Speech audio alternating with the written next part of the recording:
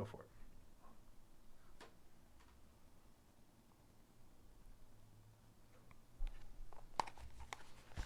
It's not playing. What the? Friggin' what up, dude? Strider Wilson, and I'm the host of this podcast that's mine, going to be called History is Dank. History is Dank with Strider Wilson. Dankness from the heart. Friggin' what up, dude? Just freaking posting up right now in the studio, dude. Got my freaking dank dog Aaron on the sticks, dude. What up, Aaron? What up? Chilling, dude. I'm getting a little, I think maybe I've got my gain up too much on my phones here. I'm hearing a buzz. Are you hearing a buzz? No, not at all. I'm feeling a buzz. Kidding, dude. I wish, dude. I'm just sipping on another sparkling agua, dude. It's what I'm into now, dude. Dank, dude. Just took a dank sip, dude. Cheers, dude. Anyone listening right now? Cheers, dude. Maybe you're posting up, watching on YouTube right now. It's 4 a.m. in your time zone when this thing comes out. Maybe you're sipping on something. Cheers, dude, to you. If you're commuting, dude, cheers to your coffee, dude. Keep your eyes on the road. You know what I'm saying? If you're in a subway listening to this, dude, just make eye contact with someone and give them a nice little what up, dude. Let them know that you're about to take over this day, dude. But not too threatening. You're in the subway. You might get freaking murked on, dude. I don't know. Oh, I thought you meant Subway, the restaurant, and I was going to say tip dude. your sandwich artist. Definitely tip your sandwich artist, dude. And if you're in Subway, what are you doing not in Jersey Mike's? Also true. You know what I'm saying, Aaron? And I'm finally glad, I'm vibing right. The fact that we can vibe on that, dude, because, I know we have our differences with Five Guys and In-N-Out. It's just nice knowing that we can agree that Jersey Mike's is dank. It's dank. It's so dank. If there's even, obviously if there's a even more local option, like family owned. Of course. But yeah, Jersey Mike's is good. Yeah, just talking chains, straight up chains, you know what I mean? Yeah, you want that freshness. Exactly, dude. Nice little provolone, dude. Let's go, dude. Dude, speaking of good sandwiches, dude, Mike from here, ATC, showed me the place Domingo's, bro. You ever been to Domingo's, dude? I think I might have had something from there. It's off White Oak over in Encino. Oh, that's my exit. Dude, you never been? No. Dude, baby, treat yourself to something nice. I think Steve Simone told me that place is like the best in the valley. It's bomb, dude. It's super, super bomb. They've got every good sub you could ever want. And the bread is so dank. It's like, I would say it's not a ciabatta because, ciabatta I get turned off by. If there's a burger on a ciabatta bun or something like that, I'm like, no, hold it, dude. Put it on sourdough, switch it up. But this bread is so dank, I don't know what it is. It's just good old hoagie bread, dude. You need to get it. Oh, maybe when we do maybe I'll order it or pick it up for our 100th episode, which is honestly, dude, not too far away, bro. Do you know we've almost been doing this show a year? No, I didn't think Isn't that insane? Wow. Because we started this like right after COVID. We were going to start before, and then we're like, well, let's wait to get in the studio. Let's figure things out. And then we're like, okay, we kind of, I think like towards the end of April is when we're going to be doing our anniversary ep, dude. So that's tight. Yeah. That's going to be freaking dank as hell, dude. And you know what else was dank as hell? Said I rode a horse, dude. I was talking about this on Going Deep. Almost got thrown off a horse, dude. Went to stretch my leg, dude. You ever been on a horse? Not since I was a kid. Yeah. I got a policy, dude. You got to get on a horse once a year. Just got to feel it, dude. I feel bad because I'm a fat ass. No, dude. Let me tell you, these horses are powerful animals, dude. You're okay, dude. I don't know. They've got some fucking horses, dude. This thing that I was on, this thing was like 1,000 pounds. Yeah, if you put it that way, it's like I'm nowhere near that. Okay. No, you're gonna get on there. You're gonna be fine. I'm not gonna put you on a Shetland pony. And that's the scary thing about this, dude, is like, these are hefty, and they're not wild animals, but they're animals. And if they want you off, they're going to get me off, you know, and not in a good way. They're going to make sure that I'm on the ground. But luckily I stayed on, dude, gripped it with my freaking Kegel muscles, my Grundle muscles, my Gooch muscles, and stayed in the saddle. It was nice. But that's my policy, dude. Get on a horse once a year and then get buzzed on a boat at least once a year. I've heard my friend described it as you're like sitting on top of the rock is a horse. Yeah. With that much muscle. it's you get on it and you truly feel like, wow, this thing is so strong.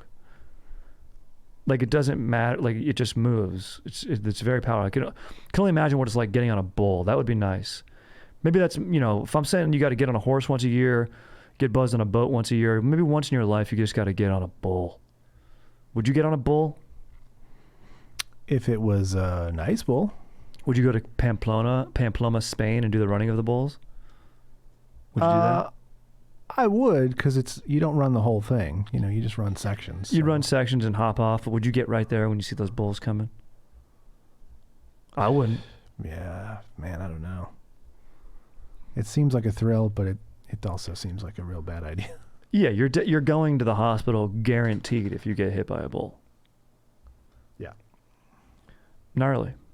And anytime there's a bullfight, I'm always cheering for the bull. Get it, bull. Right?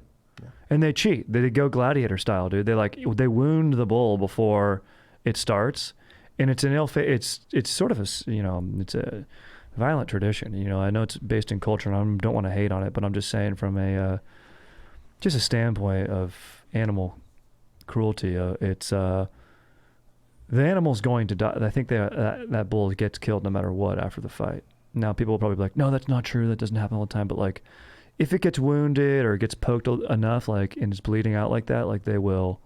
And I think was the cultural tradition of like, then there would be a big feast. Everyone would eat the bull afterwards and all that stuff. So, and maybe that's better. I guess you use the whole animal, but. I mean, as much as I love carne asada, I don't want to see it fresh. Yeah, that's what I'm saying. I wanted to have a belabored death. I'd rather just have it be quick and easy, Yeah. Do you think we'll be eating meat in 100 years? Yeah. I think so. Do you think we'll look back on it as like that's so archaic and terrible, like I don't know, equating it to like, women being unable to vote, like that was like 100 years ago now, 19th Amendment, like almost 100 years. And obviously I feel as if women should always be able to vote. I'm a young man of the 21st century. I'd be surprised if anyone didn't feel that way. But do you think eating meat will be that similar? Will it be like absurd that people ate meat, and how it's like absurd that women didn't have a say? It might be like absurd that anyone would eat like non-lab grown meat. Whoa, I could see that. Yeah. So it's like, why make that animal go suffer and whatever when you can just get it? It's better. It tastes perfect. It's perfectly engineered. Why do you have to go and get, unless you're like a hunter, and it's like your game, then that's okay. Yeah. But I'm also like with hunting, dude, and I can talk about hunting because I've got my disgusting mullet going still, is you gotta have a fair fight. If you got too high powered of a rifle, Nah. you gotta go knife, crossbow, okay, I'm down. Or a compound bow, okay, I get it. Yeah. Compound bow I think is safer for the animal too. It's gonna be a better strike. Yeah. Than if you're using like an ancient type style bow. A recurve. Yes. I think get in there with no pyrotechnics. No. AKA gunpowder or anything like that. But maybe fireworks. You could definitely bring fireworks and just play with them. But in the woods, probably not a good idea. Yeah, probably not. But maybe, it's just fun to do. Maybe back at your house in the driveway. I get fired up on fireworks, even though they're dangerous. If you kill a 800-pound elk, let's just say, Mm-hmm. and you light off a sparkler and run around it, I respect that. Yeah, I respect that too. It's a nice celebration. Put a little Piccolo's Pete on top and just let it go. The screamers, that's probably the worst firework that there is. It's just a loud noise and not that cool of a flame. Yeah. That firework should just be done. If that's your favorite firework, dude, you're probably a serial killer. Like if vanilla is your favorite flavor. I like vanilla, plain. I'd like to get Aaron, don't tell me you like getting a plain vanilla milkshake.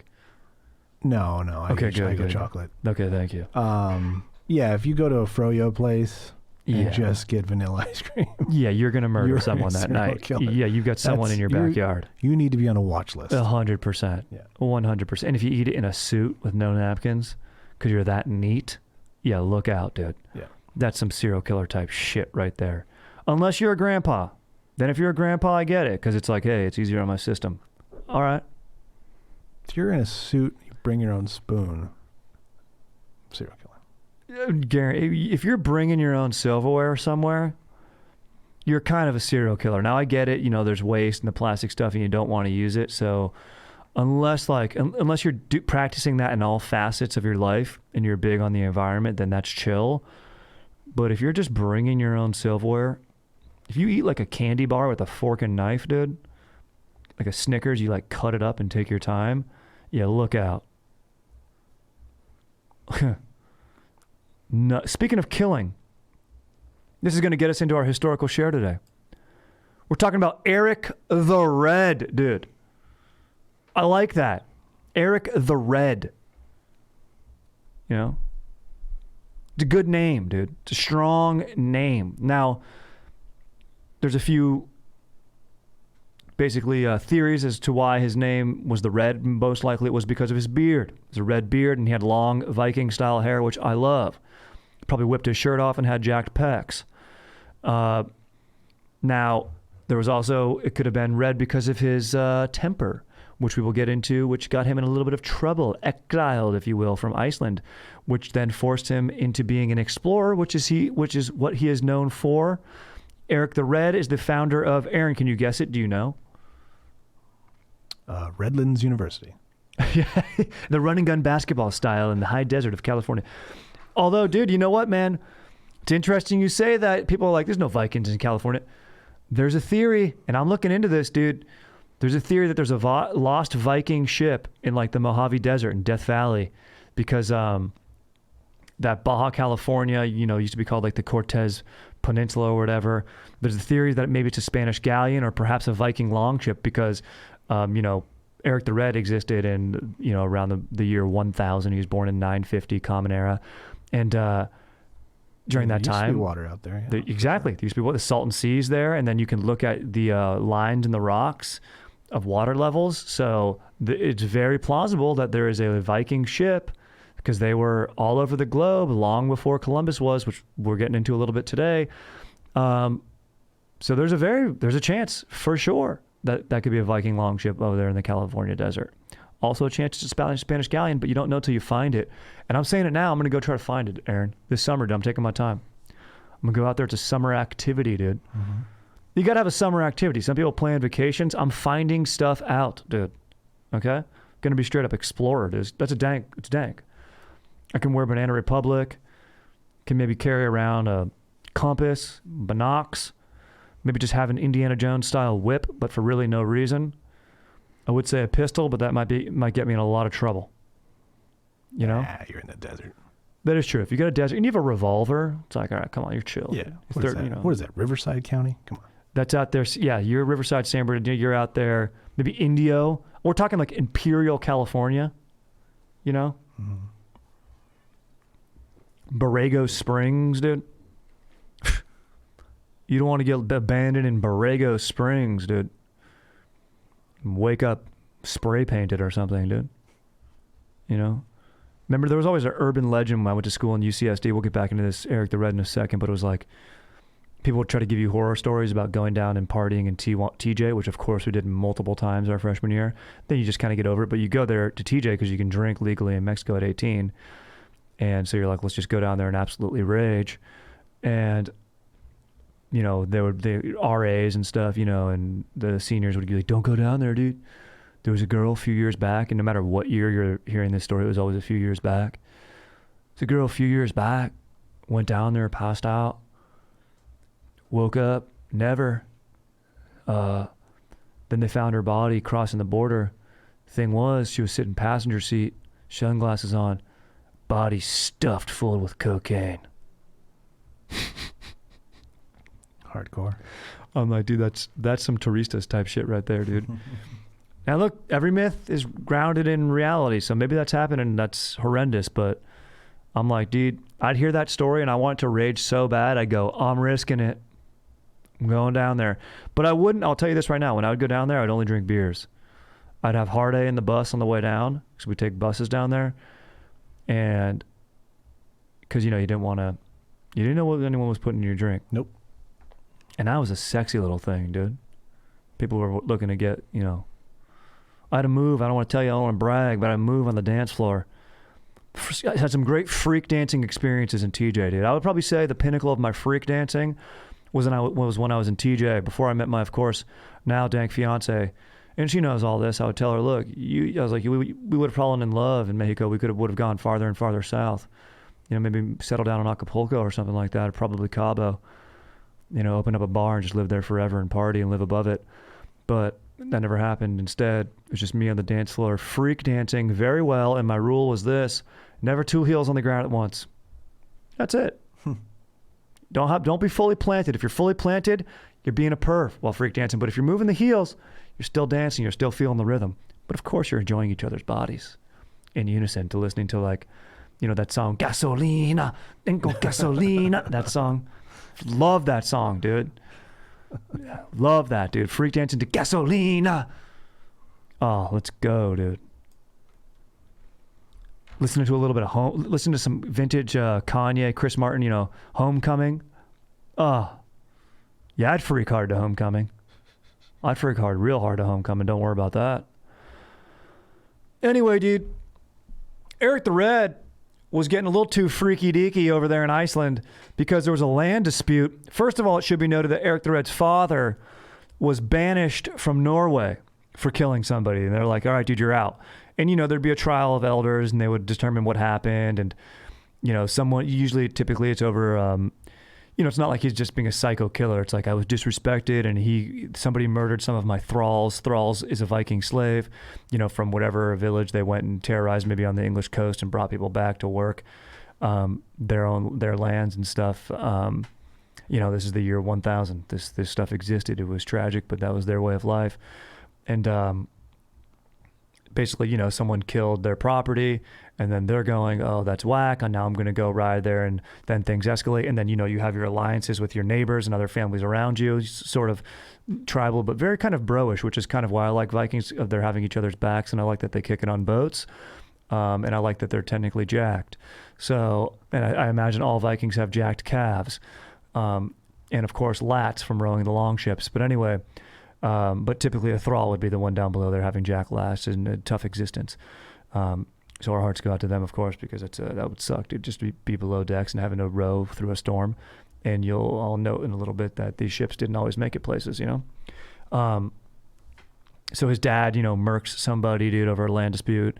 And they're like, all right, well, this guy who you murked, maybe that he did something kind of bad, but then you escalated and you ended up killing one of his brothers. And that's terrible. So you know what? Get out. And honestly, dude, that was like better than being beheaded or killed. But if you're being exiled, it's almost like telling them, like, good luck. You don't have any resources. We're not going to give you any of our resources. Like, it's almost like a death sentence. So freaking Erik the Red's dad cruises out to Iceland, dude. And there was, you know, Viking settlements there. And, you know, but people are always wary of a newcomer. What's this newcomer? What'd you do wrong? Why are you out? But, you know, his father settles down and has Erik and some siblings, whatever, dude. And then Erik then gets into a land dispute of his own with a dude named, let me get this name, dude. It's freaking absolutely gold, bro. Freaking Elof the Foul. Elof the Foul is his name, dude. So I don't know, dude. If I'm taking sides, I'm imagining Elof the Foul was being unchill, and he killed some of Erik's thralls, but then Erik escalates it, and, you know, they kind of get their bros together, and Eolf's brothers kind of, you know, one of his brothers, probably the chiller, and another brother, the freaking loyal, get his back, and Erik ends up like slaughtering all of them, and a few of them, and then, you know, the tribunal council freaking meets, and they're just like, look, bro, unchill. Maybe this runs in your family. We don't have any room for this here. Get out. So we're talking about explorers here. A lot of people explore for maybe the reasons of like religion. They want to go spread Christianity, which Christianity came into Viking life. You know, they were obviously exposed to it on their ventures and you know, when they would go and pillage villages, dude. And so, but it was never their thing. They weren't like, we don't want to spread Norse mythology to these people. I mean, I'm sure they'd be happy to teach them, but it wasn't like the Christian message of like, we need to go save souls. And, you know, when you get your 15th century explorers, Ponce de Leon, Cortez, you know, and such, these conquistador style explorers, Vikings would basically go like kind of pirate style, gather resources, come back to their homes and basically go and collect booty and bounty, if you will, which is also, you know, it's comes with its fair share of marauding and terrorizing, which is unchill. But it's that was their life, and Vikings are badass. But Erik the Red is an explorer by exile. He's forced into being an explorer, and it kind of leads him to his greatest achievement. He's like, all right, dude, I'm going to bounce. And his wife takes, you know, maybe a few small members and cruises over to Greenland, dude, and he founds Greenland. And he's under exile for 3 years, so he's able to come back after that, maybe get resources or whatever. But they're like, 3 years, dude, go do whatever you want, dude. You better go find somewhere else, bro. And he does, and he finds Greenland, and he names it Greenland. And in fact, you know, now we think of Greenland, we know like actually Greenland is like icy, and Iceland's like more green. If you've ever seen Mighty Ducks D2 when they're on their date, freaking cute scene. You'd know that fact. But when Erik the Red found it, it was more green and a more fertile landscape. He serves out his frickin' time there, cruises back to Iceland. He's like, yo, I got this dank land. It's called Greenland. And he named it because he's good marketing. And he's like, which I like, I want to talk about this. Like Vikings, I like that they have Erik the Red, or, you know, Eolf the Foul, because it lets you know what you're dealing with. I think like in an era today, Aaron, and maybe you can weigh in, is in an era of like, you know, at such and such, or even like at Strider Shreds all day, like, you know, with email addresses. I think like if you just had one adjective that described you, like, of course I would like to be Strider, you know, the Dank.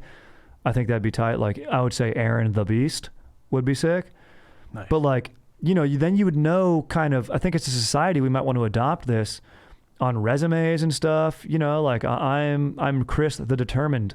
And it's like, you don't get to just say you're that. Like you need to be deemed that by, you know, the freaking, you know, I don't know how we do that. We'd have to set up like a branch that does that. But basically all your friends from throughout your life and people that you've known. Because it'd be nice, dude. If you were getting in a business deal, I'm not going to freaking, who am I going to buy a car part from? Dan the Honest or Dave the Weasel?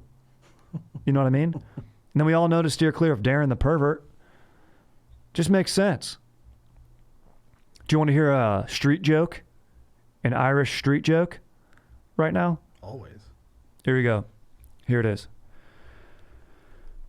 Guy walks into a bar, you know, sits down, gets himself a Guinness, looks down at the end of the bar. You know, he's had a great time, good day, seeing the sights, kissed a Blarney Stone, feeling a little bit lucky, and looks down at the end of the bar and can't help but notice a guy just hunched over his beer at the end of the bar. And, you know, the gentleman goes, oh, well, I'm having a good day. And, hey, can I get that guy a beer? And the barkeep's like, all right. Gets him a beer. Depressed guy at the end of the bar looks up. Oh, thank you. And he goes, hey, and, you know, the guy asks, oh, you're welcome, man. Mind if I ask, like, what's got you feeling so down? It's, you know, the sun's up. We're in Ireland. It rarely is. Beautiful day. He goes, you see that road there? Built it with me bare hands. But do they call me John the Road Builder? No, they don't. And he goes, oh man, that's terrible. That's terrible. Hey, you see that fence there? I built it with me bare hands. But do they call me John the Fence Builder? No, they don't. The guy's like, oh man, it's awful. I mean, what do they call you? You fuck one goat.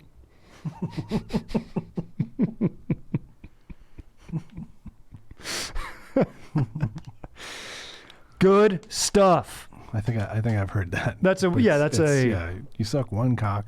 Yeah, exactly. Exactly. I like the fuck one goat a little more, and it's fun because you get to do the Irish accent. Yeah. Good time, street jokes, good time. That's like whenever you get into comedy, or you tell someone I'm quote doing comedy now, which is tough because it's like you have a day job but you pursue comedy, and then like you're talking to your parents at Thanksgiving or anyone outside of it, and they always do this. Oh, you're a comedian? Tell me a joke, make me laugh. And like what they're thinking is like a street joke like that, you know? But then you're like, well, I kind of do like more lived in act outs, and it's sort of not right. It's sort of like my craft. I'm harnessing that. I don't really do set up punch, you know? So Yeah. I don't know. Uncle Bill, actually, I tell stories about you mostly.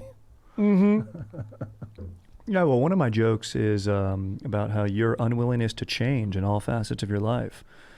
And then I sort of heighten that by saying, oh my gosh, could you imagine if that guy was actually in charge of anything? Take that, Uncle.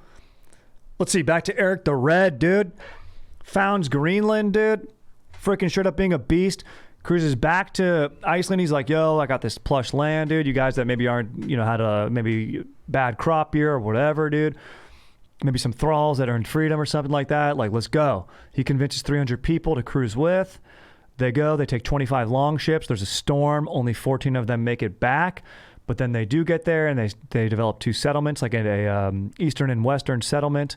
And it's tight, it's a land that's chill. You can practice whatever religion you want. Although Erik the Red is notably pagan for life. His wife did become Christian. And it's noted in the thing that I read, saw on Wikipedia, that she would withhold sex from him due to that fact. Although they still made 3 kids, most notably his son Leif, L-I-E-F, which any kid named Leaf just makes me think of like Ryan Leaf, the quarterback, where it's like, this is just a coach's son. He's going to be a little brat, dude. But turns out Leaf is an absolute beast. So, you can't judge a name. But if you can, it should be Leaf the frickin' explorer, because the guy found basically the Americas. It's documented that he was there in the early part of the, what would be that 10th century, maybe 11th because of 0. So like, after Erik the Red, like probably around the year like 1050. And it's almost 1,000 years ago. And of course, Columbus sailed the ocean blue 1492, and he landed on the Isles.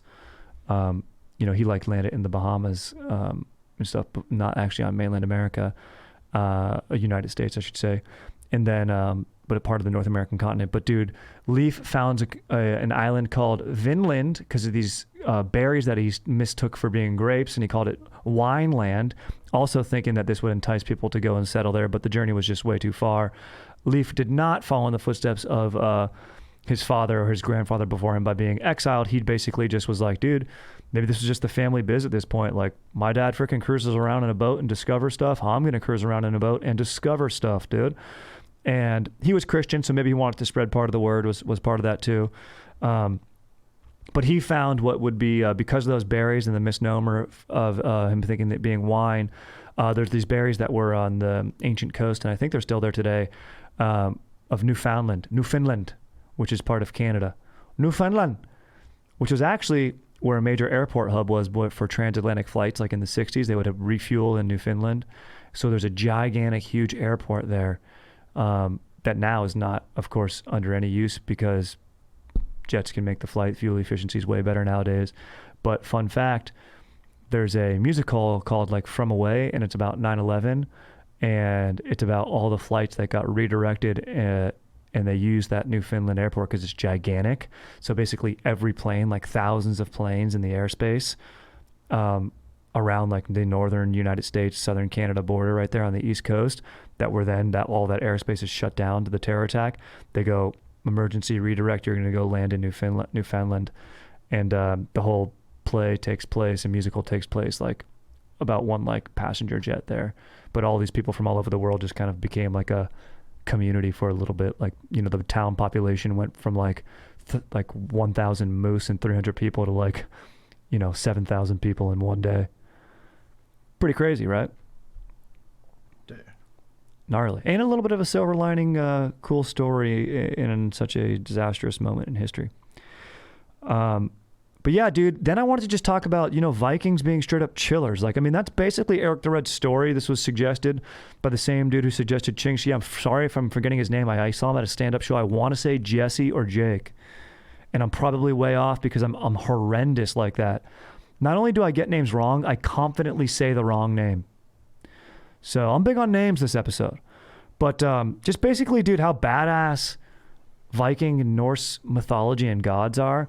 And sort of like just about people being from all parts of the earth, and like how we have similar loyalties. And of course, there's, cultural differences, obviously, based on what region you are and where you grow up. But like, but But there's a lot of overarching themes, loyalty, courage, honor, all that type of stuff. And these gods are maybe rooted in experts are like, well, it also ties in Odin would be sort of not the god Osiris, but another god of Egyptian gods, and then they tie into the Greek mythology as well. And perhaps the Roman god is actually a derivative of this word, and you can track it through the etymology of the word Odin.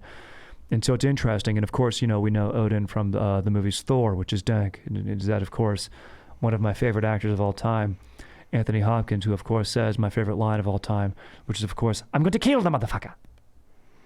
Mm-hmm. And Odin has a patch on his eye. He took out his own eye because he was always thirsting for knowledge. And the reason he has that patch is a god told him oh, I'm going to give you understanding over why there's life and death, and he wants to know that. And he goes, oh, I'm so thirsting for that knowledge. He takes his own eye out. So maybe he could be the namesake god of this podcast, because we're all about questing for knowledge. So maybe it's Odin, dude. History is Dank, the podcast of Odin, dude. Friggin' pretty sick if you ask me. Then I'm looking at this Ymir, Y-M-I-R, the ancestor of giants. So that's where a tie into Greek mythology is you have Gaia laying with, I'm forgetting the god of sky, Zeus's father, Cronus. They create the giants and the cyclops, and then one other thing that I forget what it is, but it's these weird monster beasts. But there's always giants. So it's interesting that these ancient cultures always talk about giants. And just like we said of myth, being rooted in some form of truth, who are these giants that people are always referencing? It's interesting, dude. Just a couple of tall dudes. Probably. Probably dudes that were 6'5". Yeah. Tony Robbins. Yeah, dude. Dude, someone who had that. And it's that's who created man. And they were so buff, they were probably yeah, I did make all of you guys. Give me half of your corn always. And yeah, but but basically Ymir just looks like a giant dude. He looks like Hellboy, super jacked. They say he was sort of androgynous because he's the birther of all beings, male, female, and mythical. So sort of interesting. But he looks like something that I've been doing a little bit of babysitting for two little chillers, and one of them's name is Xander. He's the older one, 10 and a 7-year-old, and he likes to scare the 7-year-old, but he believes in what he's saying. And I've talked about this before, where he talks like Cthulhu, who looks like an evil demon, and he'll be we'll just be playing in the pool, beautiful day, otherwise, sunny, 70 degrees out, and then Xander will be oh, I wonder what Cthulhu's up to right now. We're oh, what? And then, obviously the 7-year-old, who's Cthulhu? And then he'll ask me, the 7-year-old kid's cute, dude. He's he calls me Slider, dude. He's since corrected it. He knows it's Strider. And he goes, Slider, do you ever think something bad's going to happen? Dude, it's amazing, bro. And he goes, Xander will leave to go frickin' count to hold his breath or something. And he'll be we'll do challenges of how long we can hold our breath. And he'll be is Cthulhu real? And I'm no, Cthulhu's not real. But then I'm deep down, I'm I don't know, dude, but Ymir is real, bro. You don't want Ymir creeping up on you, an ancestor god just cruising up. But, I don't think Ymir was necessarily evil-spirited. Anyway, friggin' gnarly, dude. You got Odin, dude, who's a straight-up chiller, dude. Frigg, the queen of the Azir gods, dude. A lot of things what I love about the Vikings, too. They have shield maidens. They have Valkyries who are, they'd come down from Valhalla, the, Norse heaven, and would choose worthy Vikings who died in battle to go, who were very honorable, to be escorted up to Valhalla. So if a Valkyrie came and got you, that meant you were badass, and these were ladies. I like that there's badass women warriors in Viking culture. That's kind of chill to me. And their gods are cool. We know Thor, defender of Asgard, dude. Baldar, dude, the god of light and purity. Vidar looks like something that definitely Xander would imagine that he saw. Perhaps he's going to Baskin Robbins. Xander takes a bite out of a rainbow sherbet and goes, I wonder if Vidar would like this. And Vidar is probably a 600-foot, absolutely jacked, half on fire, cloak wearing, moose antler and wielding helmet. Which half? His bottom half, so his dick is on fire. Wow. Vitter's cock is definitely on fire, but the flames are internalized. He has like a wrestling champ belt on, and I think it's important to have imagery with gods. You know, this stuff would scare me. Like I should tell, like if I want these kids to behave, I think like a lot of child rearing and what I've learned in my limited babysitting experience. And Aaron, you're a parent. A lot of it, you have to sort of be manipulative. Am I wrong? Yeah, Do you need to bit. sort of manipulate these kids? And Yeah. sometimes fear can be a tool where I'm like, dude, if you don't eat your peas, Vitter is going to come and get you tonight. You know? And then do I go so far as to call up my neighbor friend, maybe down a few claws, and say, let's go scare the shit out of my kids tonight because they're not behaving, and I walk into his room in a Vitter costume? But then am I paying for therapy for the rest of my life? Yeah, maybe. So it's a fine balance. In any case, the gods are there. And it's a fun way to learn about the culture. I really don't know much about Vikings. You think about, they're this raiding culture. Why do they go do these things? Why are they going to the coast and taking people and jacking resources? Well, their climate probably forced them to do that. You know, it was cold, so they needed to go out and get resources. Maybe life was tough. If a village has a small epidemic, which is what ended up killing Erik the Red on Greenland, there was an epidemic that burst out and it took out a lot of people. The surviving men and freaking badass shield maidens would go, we need to go jack some people so we can have a society. We need farmhands if we're going to keep this going. And just sucks if you live on one of those coastal villages in like Wales, ancient Wales, and you just have to get freaking murked on. It's vicious, man. Life is vicious, and we have these gods to give us a moral compass and try to create good people and get them to buy into stuff. And I think this mythology is fascinating and a fun way to dive in and learn about a culture. By the way, Vitter was just a tall jack dude who had a venereal disease. Dude, 100%, dude. Loki was the trickster god, dude. He looks creepy as hell in this thing. Hel, Hel, the ruler of the underworld, where we get our hell from today. So even Christianity, which made its way, you know, obviously we're operating in the year with Erik the Red, 1000, but this Norse mythology is around way before Christianity, the pagan god. So hell is adapted by Christians as well. And honestly, the ruler, they say devil comes in all forms. The god Hel, smoke show, half smoke show, and then half, and I'm sorry to say smoke show, maybe that's dated and I'm not allowed to say that. Sorry, it's just that's my truth. But also half devil face, looking like as if, honestly, like Jigsaw from Saw, but with long flowing hair. So he's so terrifying. You got Hemdall, messenger god, dude, vigilant. He's also a guardian of Asgard, but he like alerts people of what's going down, dude. Nord, Njord, is the god of seas and wealth. He's known for having jacked feet, which I think is honestly so telling, dude. Like we talked about Laird Hamilton, who lives by the coast. The guy's feet, JT says this too, are very, very healthy looking feet. And that's something that's notable about Nord. He's a wealthy guy. His feet look good. But it probably had practical applications too, of like he wasn't in the fields being hit by a plow or stepping on stones or losing a toe. He's just like posting up in the coast and walking along, getting good salt on there. So makes sense, dude. Those are just a few of the Norse gods that I want to go over, to sort of dip our toes into the pool of Norse mythology, if you will, and learn a little bit more about Viking dank-ass culture because it's tight. Any culture where dudes are chilling on boats together, I'm down. You know? Let's take a few questions, then bone out. What do you say, Aaron? Let's do it. All right, this is a correction from Jaden, dude. What up? He goes, I don't know if I can take correction from a guy named Jaden. dude, but it's Jaden Pinkett Smith. What do you think now? Jada Pinkett Smith. Is it Jada? Still. No, it's a dude named Jaden. You might be Jaden right. Smith is correct. I don't think he has his mom's last name in it. Jaden Smith, dude. Man wore a white Batman suit to a wedding. You're not allowed to do Kanye's that, wedding. bro. First of all, you're not supposed to wear white to a wedding when you're not the bride. That's what. Second of all, you're not supposed to wear a Batman suit. Nope. Unless it's a Batman themed wedding.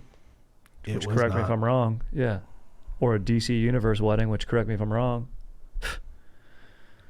Anyway, dude, Jaden goes, Napoleon Apparently, he says I came down a little bit hard on Napoleon in Napoleon. Maybe I did, my bad.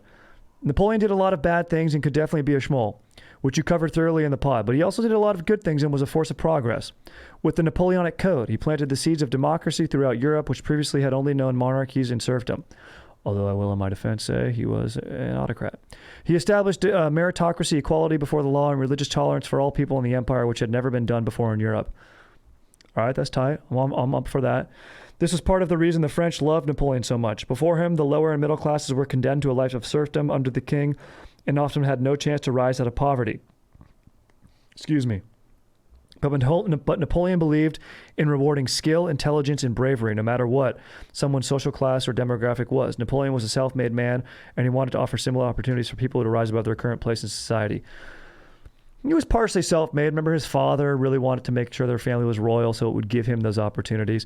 But I think, Napoleon having his Corsican background and heritage, that definitely played into him wanting to create lateral mobility for all people. So I'm going to buy in there, but I don't know if he was entirely self-made, but honestly, he was a beast. One of the ways he did that was the Légion d'honneur. Yeah, I talked about this, which also seemed a little bit Légion d'honneur. Okay, let's see what he says first. Which was considered the highest honor at the time. It was not just a distraction for the people so he could do his thing. And I said it was a distraction. People who won this award, whether through bravery in battle or for scientific or artistic achievements, were instantly given respect in society and pensions that set themselves and their families up for life financially. It was a source of inspiration and motivation for the people across the empire. All right, I like it, but every coin's got two sides.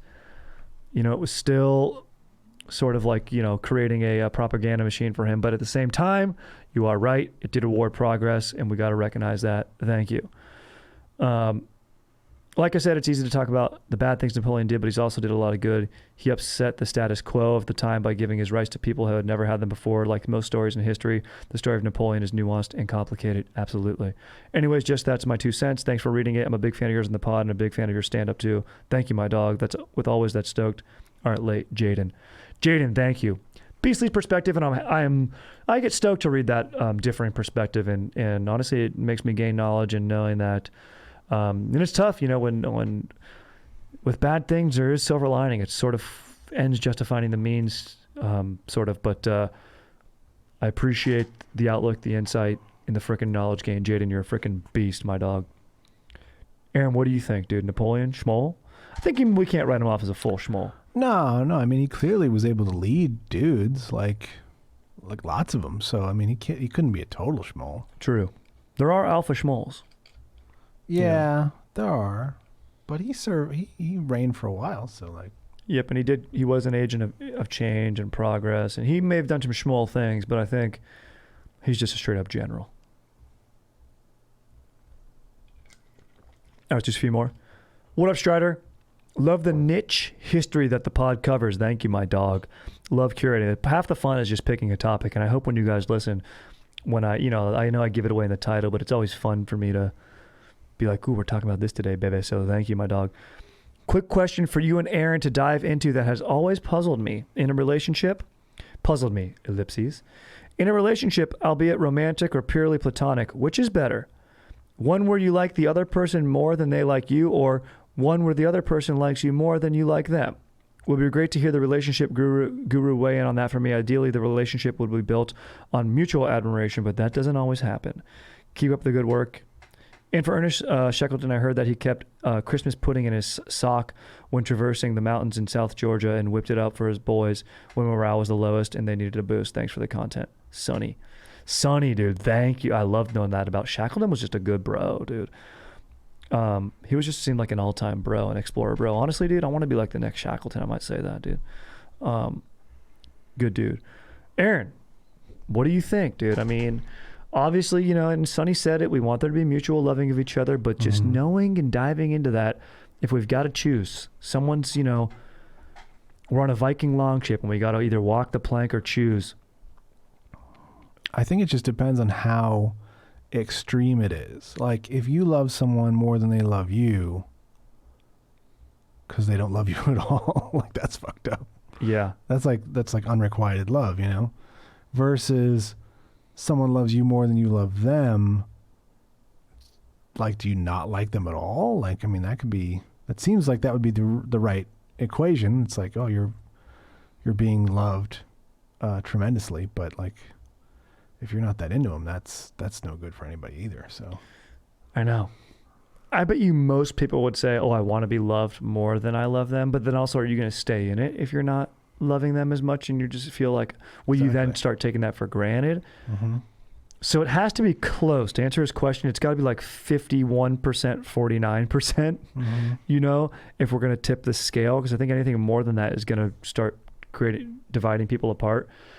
But it's like, maybe for attractiveness, you know, but he's talking about liking. I think I definitely liked my ex more than she liked me. And that was painful. exactly, it hurts. I've been there. I've been ghosted, dude, back in my college days, you know? Sucks. But I would say, honestly, if you are, I would rather just be super into the person, love them, and then say how, like, I can only hope they love me back and just rest assured knowing that, you know, rather than being like, oh, well, having that whole grass is greener, always thinking so many guys have that. I think if you are super stoked on someone, that's the blessing. So I would say I would want to be in a relationship where I'm super into the person and then risk that they might not be as into me. Yeah. You know? And I feel like that's the relationships we get ourselves into. So I think that's just sort of the natural order. And then, you know, like economics, dude, the margin, bro, those two things meet, and then that's the person you're with. Uh-huh. So, and then you guys just hope that you've got good bone chemistry, dude. Yeah. Which, I mean, you know, you're gonna. But that's a good question, dude. I like that hypothetical. Good first, you know, maybe not a good first date question, but a good question to cut it up, dude. I love that, dude. Mm-hmm. If I was, you know, now that I'm taking baby rips, I'd like to take a baby rip and think about that even more. Maybe I might. Oh, let's do one more than bone out, dude. Yo, Strider, I'm thinking of getting into cigars. I'm 23 and I need a fire interest. 23. Fire interest to set me apart from being just another jacked lacrosse player. It's not to get laid or anything. I bone quite regularly, a few times a week with a few different ladies. All right. Not at the same time, though. That would be tight. Oh, my God. Just seeing what you think about the stogies. Are they worse than cigs? If so, is it worth the risk of being way more interesting? Thanks. Kyle Van Zach. Van Zach is his name? Yeah. That's hilarious. That's such a lacrosse player name. Dude, this dude was born to play lacrosse. Honestly, dude, because his name's Kyle Van Zach, originally I would say, dude, no, don't smoke cigars. One, stop hooking up with all these girls. But then again, maybe he's 23. No, he's like out of college. Or maybe he's taking a while to graduate. I don't know. Or maybe he's a minor league or a pro lacrosse player somewhere I don't know about. But like, I mean, I guess if all the ladies know that he's doing this, then that's chill, as long as he's not being sneaky about it. But like, the fact that his name's Kyle Van Zach, I think he needs to be smoking stogies, dude. While playing lacrosse. Get a shorter stubbed, you know, don't get one of those big Romeo y Julietas. Get like a nice shorter Al Capone style one that you just like pack in the back of your mouth, or like a Popeye Sailor Man one. Or does he even have a cigar? But you know what I'm talking about, a sea captain cigar. Yeah, Popeye has a pipe. Yeah. But like a sea captain just wedged in there. Looks like, you know, that it never comes out. I think that's what he's got to do. I don't know. I feel like if, you know, and quit bragging, but if you're boning that much, I think you don't want to mess with anything in that area. Yeah. Also, what's the need? He wants to be more interesting. I mean, nah, dude, get some tattoos, bro. Yeah, maybe a tattoo is the route for him. Just get a half sleeve. And you don't want to mess with tobacco. And I think cigars are worse than cigs. There's no filter, right? Yeah. I mean, yeah, for that. Maybe there's no nicotine. You can make it nauseous and all that stuff. Like, yeah, it's really like, it could ruin your boning. Like, just based on the smell that's going to stick around.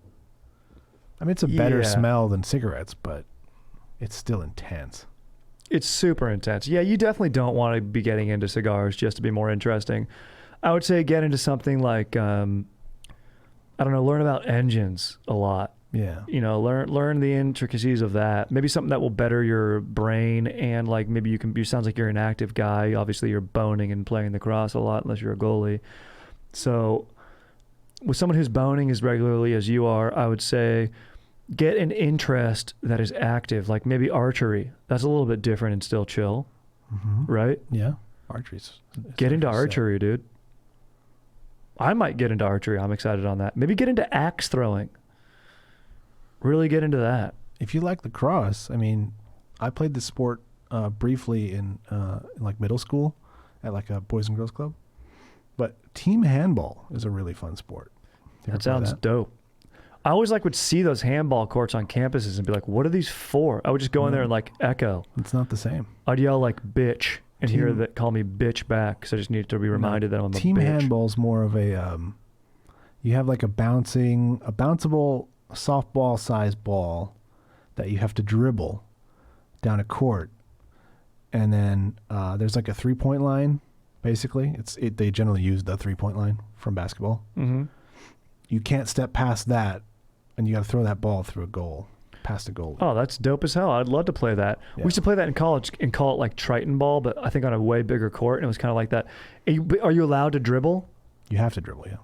Okay, so it's almost like basketball meets soccer. Yeah. It's in the Olympics. Oh yeah, dude, it's badass. I love that sport. Yeah. Oh, and the dudes jump and throw it. Mm-hmm. Dude, great game. Yeah. Get into that, dude. And then go to the Olympics, bro. Take care of your lungs. You're going to be an Olympian, dude. The way you're boning like an Olympian, too, and bragging about it, you're going to love hoisting up that gold, dude. I did do it for Uncle Sam. I did play that at the Olympic Training Center in San Diego. Dude, that's a great place to have a birthday party. Mm-hmm. I would love to go to the Olympic Training Center, play handball with all of my boys, and then get absolutely blitzed in the evening. That's my ideal birthday party. All right, dude. Kyle Van Zach, dude. Thanks for writing in, dude. Thanks to everyone, dude. Jaden for the correction, dude. Freaking Sonny for being a beast with the hypothet. Fired up, dude. Yeah, please leave a review. I was listening to I was on Going Deep the other night, and they mention reviews. It does help the pod, so I would love it. There's already great ones on there. It truly gets me stoked. And email me if you want me to leave a review for you of anything that you do. If you're a car salesman or whatever, I'll just be like, yeah, dude, I went in there. I ended up not making the purchase, but I made a friend for life. I'll be happy to leave that review for you. Or if you're a dentist, I'll be like, I went in there, he gave me laughing gas, and we just talked. And I'll be happy to leave that review for you. So leave a review, freaking stay stoked. StriderWilsonShreds@gmail.com. Email me questions, comments, suggestions, and freaking keep staying legit, dude. And Aaron, thank you for being an absolute beast. Aaron, this has been Aaron the Beast and Strider the Dank talking about Erik the Red. Let